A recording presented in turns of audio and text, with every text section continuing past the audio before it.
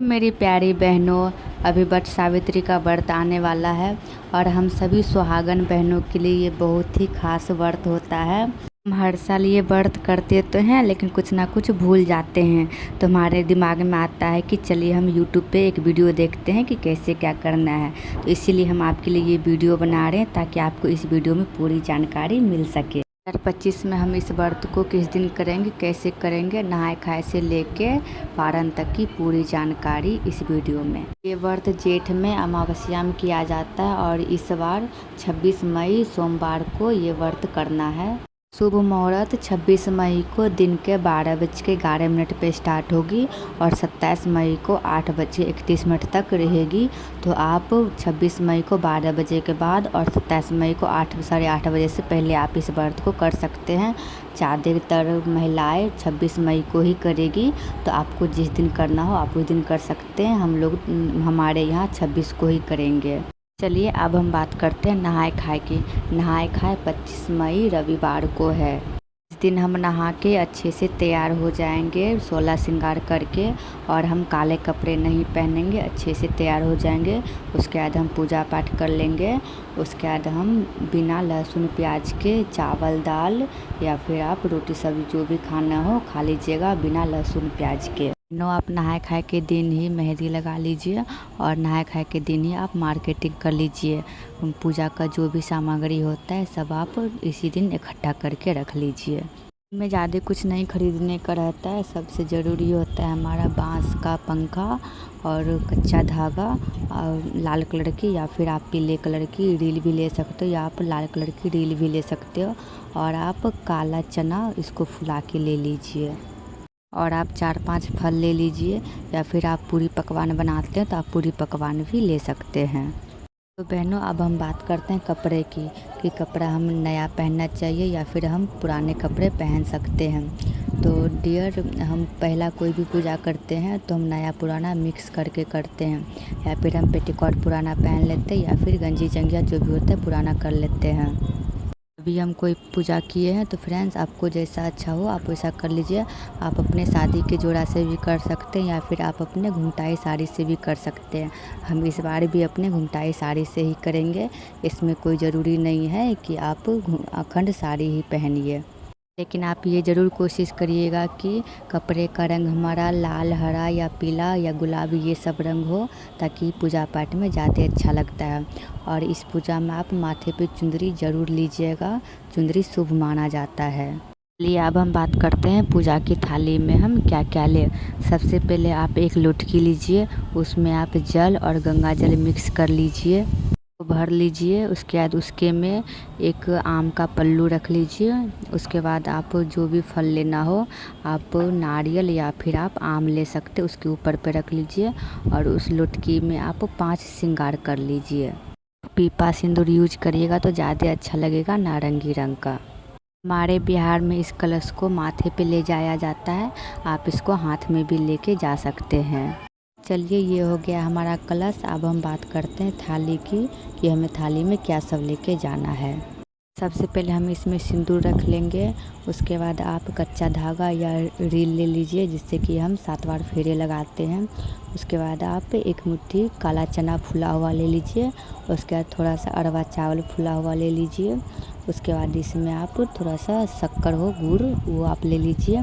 और आप एक खीरा को अच्छे से छील के धो के काट के उसको अच्छे से ले लीजिए। इसका आप प्रसाद बना के एक छोटे से कटोरी में ले लीजिए। और आप लड्डू भी ले लीजिए, और आप जो भी फल खरीदे हैं उसको आप अच्छे से धो के ले लीजिए, या पूरी पकवान बनाए तो आप वो ले लीजिए। और आप इसमें थोड़ा सा गेहूं के आटा को सान के आटा बना के उसको ले लीजिए। क्योंकि जब हम बड़ के पैर को जब कच्चे धागा से घूमते हैं, फेरे लगाते हैं, उसमें थोड़ा सा हम आटा को चिपका के उसके बाद उसको उसमें ही धागा को चिपका के तब हम फेरे लगाते हैं, जिससे कि हमारा धागा निकलता नहीं है। और उस धागे में आप 5 बार श्रृंगार कर लीजिए। बस हमारा इतना ही सिंपल सा थाली रहता है। आपके इधर अगर और कुछ लेते हैं तो आप वो सब भी ले सकते हैं। और जो फर्स्ट बार वर पूजा करते हैं ख़ास करके हमारे बिहार में, तो फर्स्ट बार रहता है कि 1-2 गुड्डा लेते हैं दूल्हा दुल्हन की, उनका वर पैर के नीचे उनका पूजा करने का रहता है। दोनों गुड्डिया का मतलब दूल्हा दुल्हन का शादी करने का रहता है। फर्स्ट बार हमारे यहाँ ऐसा होता है। चलिए अब हम पूजा के दिन अच्छे से तैयार हो जाएंगे, 16 श्रृंगार करके अलता उल्ता लगा के अच्छे से तैयार हो जाएंगे। उसके बाद अपने सिर पे चुनरी लगा ले लेंगे और विभूति सिंदूर जो होता है वो आप ज़रूर लगाएं। और अगर आपके यहाँ खोइचा लेते हैं तो आप घर से ही खोइचा लेके जाएं, ताकि आप वहाँ पे बड़ वृक्ष के नीचे आप वहाँ पे फिर पंखा के साथ फेरे ले सके, खोइचा को अल्टन पल्टन जो करते हैं वो आप कर सके। हमारा खोइचा हो गया। हम जो कलश बनाए हैं वो कलश ले लेंगे और जो पूजा का थाल तैयार किए हैं वो थाल ले लेंगे। उसके बाद हम वृक्ष के इधर के लिए निकल जाएंगे। उसके बाद जब हम वहाँ पे पहुँचेंगे, सबसे पहले हम जिस स्थान पे बैठेंगे वहाँ पर अच्छे से साफ़ कर लेंगे। और जो हमारा बड़ का जो वृक्ष है उससे हम 6 पत्ते ले लेंगे। 5 पत्ते को आप जहाँ स्थान लिए हैं वहाँ पे 5 पत्ते को आप बिछा लीजिएगा और 1 पत्ते को आप अपने जूड़ा में बाल में आप लगा लीजिएगा। 5 पत्ता में जो आप चना का प्रसाद बनाए हैं 5 पत्ते पे आप वो रख दीजिएगा। और आप जो लड्डू लिए हैं वो लड्डू रख लीजिएगा। और आप जो फल या पूरी पकवान लिए हैं 5 पे आप वो रख दीजिएगा। और वृक्ष के नीचे आप अपना कलश भी रख दीजिएगा। और जो आप पंखा लिए हैं बांस का वो आप पंखा भी वहाँ रख दीजिएगा। और आप पंखा में भी 5 श्रृंगार कर लीजिएगा। जो कलश लिए उसी से थोड़ा सा जल लेके आप वृक्ष के नीचे ढार दीजिए और फिर आप दीप जला लीजिए, अगरबत्ती जला दीजिए।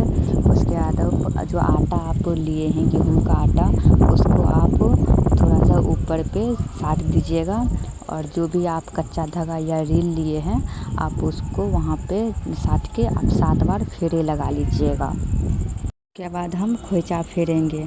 खोइचा फेरने के लिए किसी सुहागन महिला को ही आप बोलिएगा मेरा खोइचा फेर दीजिए, वो आपका खोइचा फेर देगी। और वो आपका पंखा लेगी और आप जो खोइचा लिए हैं उसको पंखे पे देगी। फिर उस पंखे का जो खोइचा वो आपके आंचल में देगी, फिर आपके आंचल का खोइचा वो पंखे पे देगी। ऐसे करके वो 7 बार आपका खोइचा फेर देगी। उसके बाद खोइचा जो आपके आंचल में आ जाएगा आप उसको अच्छे से बांध लीजिएगा। एक बात बताना भूल गई, आप कलश में सिक्का ज़रूर दीजिएगा। और आप 5 जो बड़ का जो पत्ता बिछाइएगा उसमें भी आप सिक्का ज़रूर दीजिएगा 5 पे। इतना हमारा हो गया। उसके बाद आप बड़े वृक्ष का जैसे पैर दबाते हैं उस तरह से उनको थोड़ा दबा दीजिएगा। और पंखा जो बांस का पंखा है उससे आप थोड़ा उनको हाँक दीजिएगा। उसके बाद आप 5-7 महिलाओं को नाक पे से सिंदूर कर दीजिए। एक दूसरे को सभी करते हैं। बस इतना हमारा हो गया। उसके बाद आप फ़ोटो वोटो भी ले लीजिए जो कि हमारा यादगार निशानी रहता है। उसके बाद इतना हमारा हो गया। उसके बाद हम थाली में वहीं से थोड़ा सा प्रसाद उठा के अपने थाली में रख लेंगे प्रसाद के रूप में, जिसको कि हम ग्रहण करेंगे। ये हमारा हो गया। उसके बाद कलश जो है कलश भी हम अपने थाल में रख लेंगे। उसके बाद हमारा जो पंखा है वो भी हम अपने थाल में रख लेंगे। उसके बाद हम घर के लिए निकल जाएंगे। उसके बाद घर आने के बाद जो हमारे बड़ हैं हमारे पति देव जी जो कि पूजे पाठ में ही पूजे जाते हैं सॉरी। सबसे पहले आप एक कुर्सी लीजिए, उस कुर्सी पर अपने पति को बैठाइए। उसके बाद जो हम वहाँ से जल लेके आते हैं एक थाल में आप उनका पैर धो दीजिए। उसके बाद आप उनको पंखा से हाँक दीजिए। उसके बाद आप चंदन लगा के उनके हाथ में कलेवा बांध दीजिए। इतना हो गया। उसके बाद उनका आशीर्वाद ले लीजिए। अब हम बात करते हैं पारण की। बहुत सी महिलाएं पारण उसी दिन कर लेती है या फिर अगले दिन करती है, या फिर बहुत सी महिलाएं उस दिन सिर्फ फल फलाहार करके रह जाती है, पारण नमक अगले दिन खाती है। आपके इधर जिस तरह से किया जाता है आप उस तरह से करिए। आपके पीढ़ी में जिस तरह से करते आए हैं आप उस तरह से करिए। बात करूँ मैं अपनी, तो मैं उसी टाइम अपने पति के हाथ से ही जल ग्रहण करके प्रसाद खा के और उनके साथ ही खाना खा के अपना व्रत तोड़ देती हूँ।